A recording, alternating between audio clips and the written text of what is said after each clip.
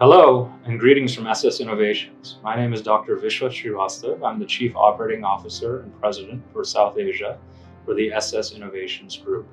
Firstly, we'd like to thank the medical device Digi Expo for giving us this platform and opportunity. SS Innovations is currently developing India's first indigenous surgical robotic system, and I would like to invite all members and delegates and participants to please visit our booth. And should you have any further questions, please feel free to get in touch with us. We would be more than happy to answer any further questions you might have and discuss further.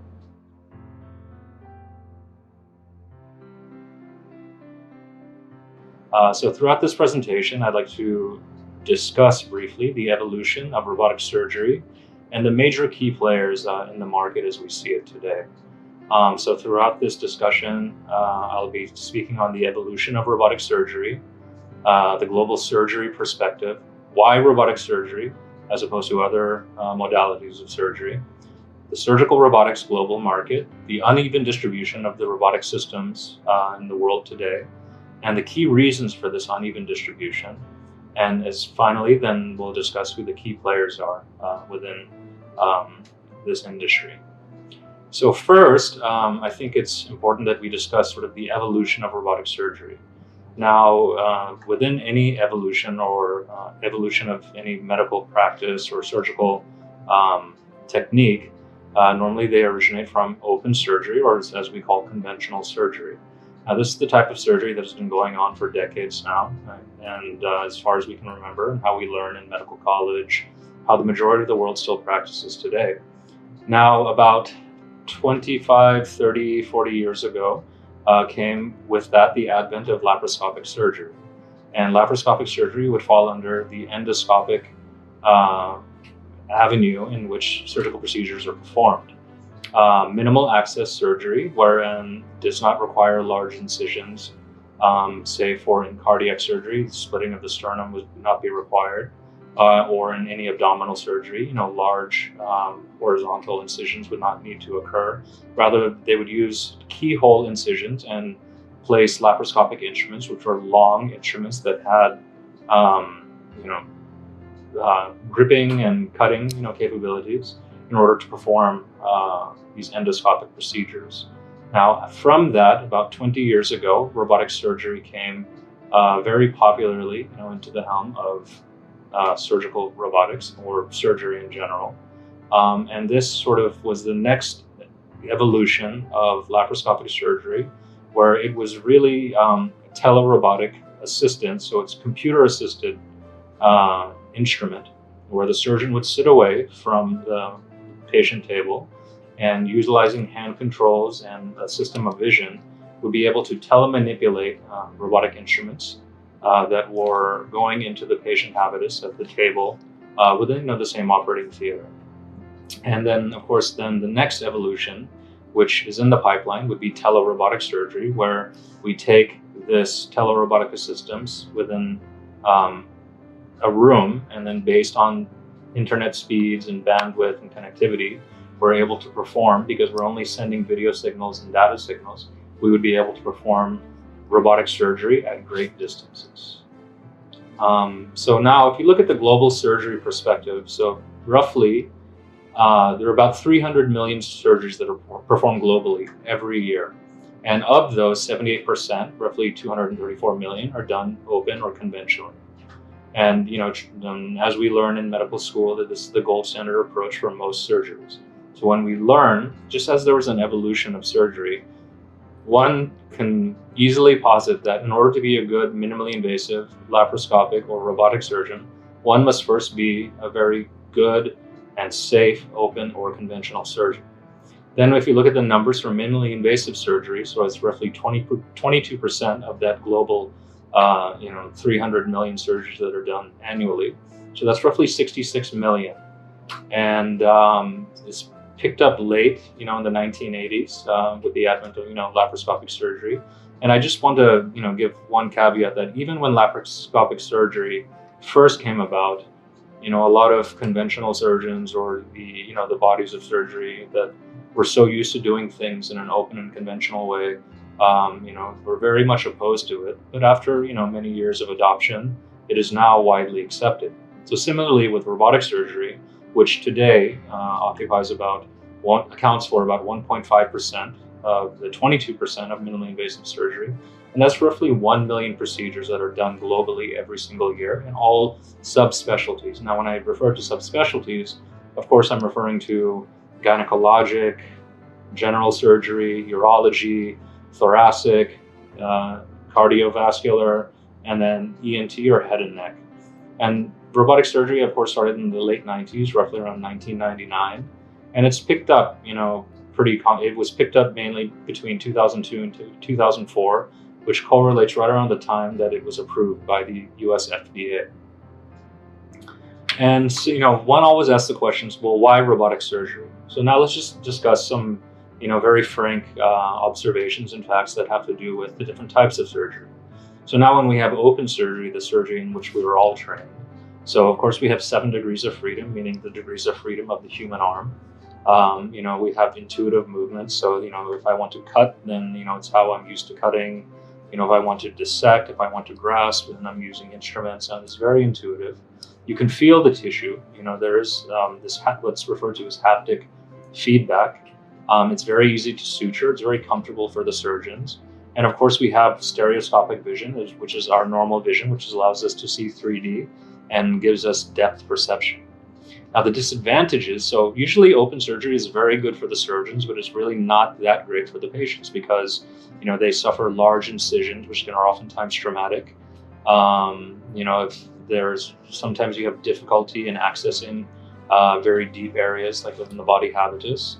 Aside from wearing loops, you don't really have magnified vision. There's usually an increased amount of blood loss that occurs with these types of procedures, which equates to a longer length of stay in the hospital and a longer recovery. And but this was widely accepted, and of course, surgery is always the last resort. But from this open procedure, these are the disadvantages and also advantages that arise from these conventional approaches.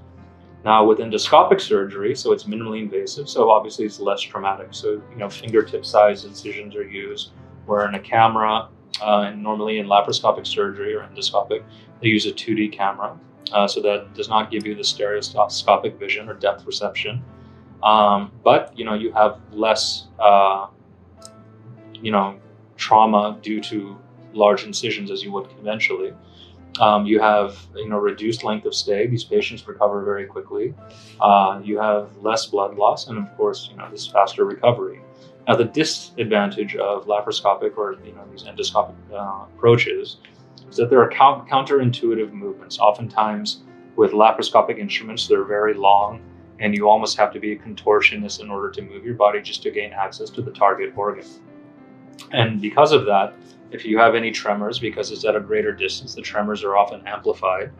Now you have rigid instruments, so now again you only have 4 degrees of freedom as opposed to the natural human arm and wrist and axes of rotation. So you're limited in that. You do not really get to feel the tissue because you're so far away and you're still using instruments. And suturing, it is possible, but at least initially it's very complex and difficult for many people to adopt. Now, robotic surgery kind of took both those worlds and fused them together. And the advantages, it kind of took the advantages of both open or conventional and endoscopic or laparoscopic surgery. And so again, it's minimal access surgery. You are allowed this intuitive motion. So because, the end effector of these instruments behave like a human wrist. So you do have this intuitive motion that's translated across into the robotic instruments.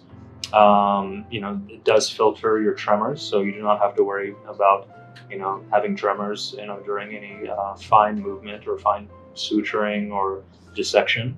There's less pain because it's minimal access. There's a shorter learning curve because once again, in order to become a robotic surgeon, one must first be a very good conventional or open surgeon. And then also those fields which allowed the evolution to take place throughout, in abdominal surgery, as per laparoscopic surgery, the learning curve for them is oftentimes reduced as opposed to going straight from conventional surgery to robotic surgery. Because of the less trauma, less blood loss, and greater precision of these types of procedures, there's a reduced length of stay, and which translates into a faster recovery. Now, if you look at the global scene, one thing you'll observe is that a very uneven global penetration. Now, part of this is because the FDA were the regulatory body to approve the existing system that has enjoyed the monopoly for the surgical robotics market for the last 20, 25 years. But if you look at the global numbers, so the majority of the systems are in the United States or North America, followed by the entire continent of Europe, and followed by Japan. So if you look at these three geographical areas combined, they account for roughly 93% of all robotic surgical system sales from its onset until present day. And the United States, of course, having the most large number of robotic surgical systems, but as a country, Japan per capita, has the largest number because they're able to afford. And I think we'll get into this discussion. Why is this uneven global penetration there? Now, if you look at this global market analysis for the robotic surgical system, again, the U.S., Europe, and Japan, they account for the maximum number of installations of the Da Vinci robotic surgical system. Now, interestingly enough, you take two very large countries, both area-wise and population-based. So India and China, with about 1/3 of the world's population, they have only about 370 robotic systems collectively together.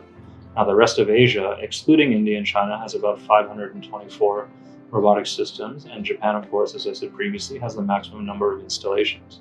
So what this really translates into is that the rest of the world, excluding the United States, Europe, and Asia, has about 316 systems only. So that means that, for a country, for a global population, remaining population of roughly 6 billion people, they only have 7% penetration. Now, there's something, very wrong with this equation and the skewing of it. So, we'll discuss further on why that is exactly.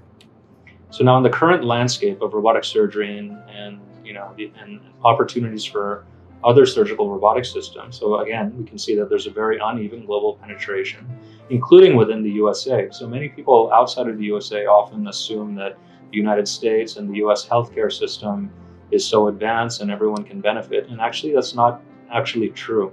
So oftentimes you'll find that, larger cities and particularly larger university hospitals, they'll have multiple systems, and people who live in smaller tier 2, tier 3 cities, even within the United States or Canada and North America, they have to travel long distances to these larger cities in order to get, gold standard care or these more minimally invasive options.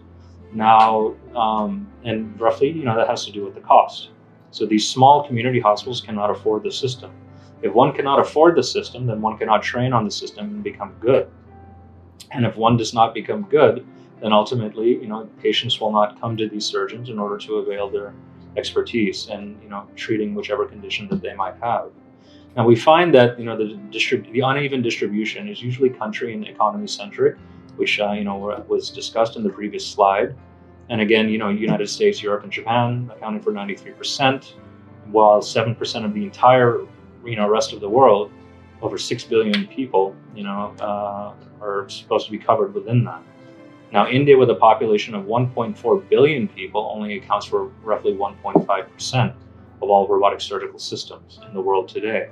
And then again, the main reasons are the cost and the steep learning curve, remain the main factors. And again, based on cost, if you can't afford, you can't train, you can't get good, in your art or, craft of, surgical robotics. And then if you can't become good, then patients will not, come to you. So if we look at this, now one thing we do find is that the surgical robotics, global market revenue by region is, expanding exponentially. And it's anticipated in the year 2026, the robotic surgical market, will be worth roughly $14 billion. And, this has to do with the adoption rate. Many more people are seeking out robotics or minimally invasive or robotic surgical options, because now it's been around for 20, 25 years.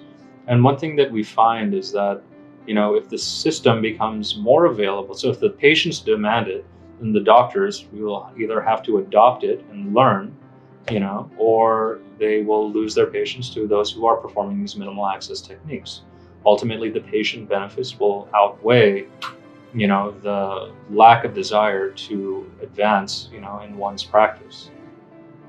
And if you look at, again, this slide talks about, the CAGR, as you can see throughout every continent, there is an increase over the next 4 years of, adoption of robotic surgical practices. And I think that, as we evolve as a society and discover that there are less options, and as we evolve as scientists and as physicians, we have to always keep chasing and offering the best possible treatment for our patients so that we can deliver the best outcomes for them. Now, the key challenges for the world and also India's robotic surgical market, in light of having a low installation base, in light of the uneven distribution and the underutilization of robotic systems. So someone once told me that in India today, even amongst the 80 or so robotic surgical systems, that 20% of the robotic systems do 80% of the work.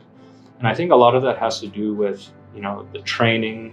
I know that there are some hospitals that have many robotic systems, but then also there are many people who will buy these robotic systems and they get discouraged because, they find it difficult and challenging. So there are many factors which are prohibitive in allowing, doctors who really want to get into surgical robotics to allow them to be able to flourish within this field. So one is the technology challenge. So today, the most common, system that has the monopoly of the market. So it's a bulky system. It has fixed arms, to a central beam. There's a closed console, meaning the surgeon has to hunch over and looks at like a very small display, roughly 8-inch display. There's a steep learning curve. And there's also high capital costs for these types of systems. It's roughly between $1 million and $2.5 million. And that usually excludes the customs duty, and depending on the country in which you live. Now, there's a high recurrent cost, so per procedure cost, so roughly between $700 and $3,500 US per procedure. There's a high annual system maintenance cost. It's roughly between $80 and $190,000 US. High surgeon training costs, usually between $1,000 and $5,000 US. And then, one of the biggest problems is that even if one gets is able to overcome all these financial hurdles in order to buy their system, we find that there's a lack of the learning curve, proctoring is not available, observing cases, especially during times of pandemic, people find it very hard to travel in order to learn new techniques. And, primarily, one of the key challenges is that it focuses on countries, that have high economies or large economies, say like in the United States or various European nations. There's a high accessory cost, as these endoscopes are not cheap.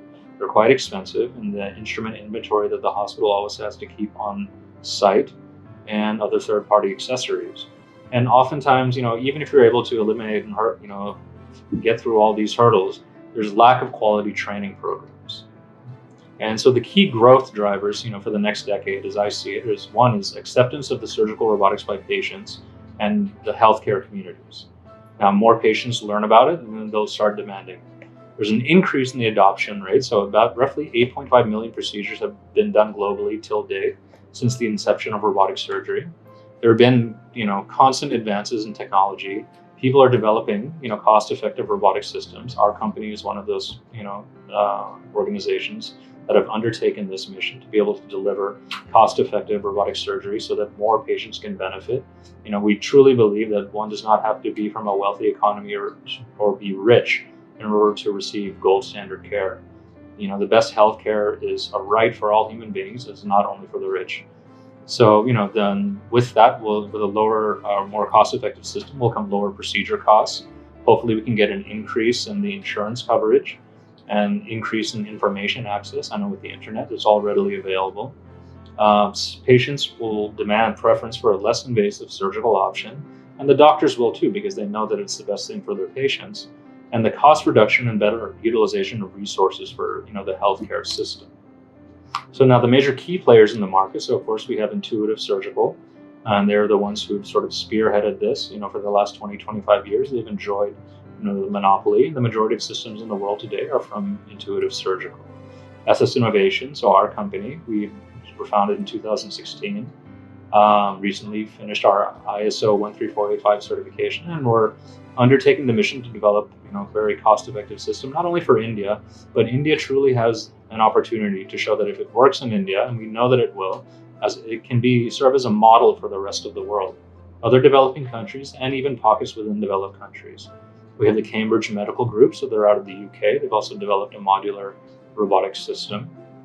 And then Ascensus Surgical, they developed the Senhance system. And Medtronic has recently come out with a new system, the Hugo. It's also, has yet to undergo clinical trials. And then we also have Medicaroid, which is a Japanese system. It's a pneumatic robotic system. Avathera is a German company, very similar to the Da Vinci surgical system. Vicarious Surgical is a company that has just come out of Boston, Massachusetts. I think it's more of like a single port type of robotic surgical system. They have they're still in their R&D phase, and they plan to do their first, clinical trials by 2023 and maybe hit the market by 25. J&J is still working on their system, and then Titan Medical is a Canadian company that is, focused primarily on the development of a single port system. Now, one thing that's very important to discuss, and I will close with this, is that the international standards are all applicable for surgical robotic systems. So every medical device, so every robotic surgical company has to undergo the same amount of scrutiny, undergo clinical trials, undergo validations, and it's a long and arduous process. Ultimately, the main reason I feel is that we should not undertake these things unless we're willing to deliver the best outcomes for our patients. And in doing so, it requires a lot of work and dedication. And achieving all these standards sort of by the book is very important, because as for not only for regulatory, but for our own peace of mind, knowing that we've gone through the steps correctly, and so that we know that our system will be safe. And imagine that it's as if I would want my system to be so safe that I would be able to operate on my own family members. So that's the level of scrutiny that most companies should undertake. So with that, I would like to thank the Medical Device Digi Expo for giving me the opportunity to present to you today on the evolution of robotic surgery and its key players. And thank you again, and please check out our booth. I'm sure you'll enjoy it. Thank you.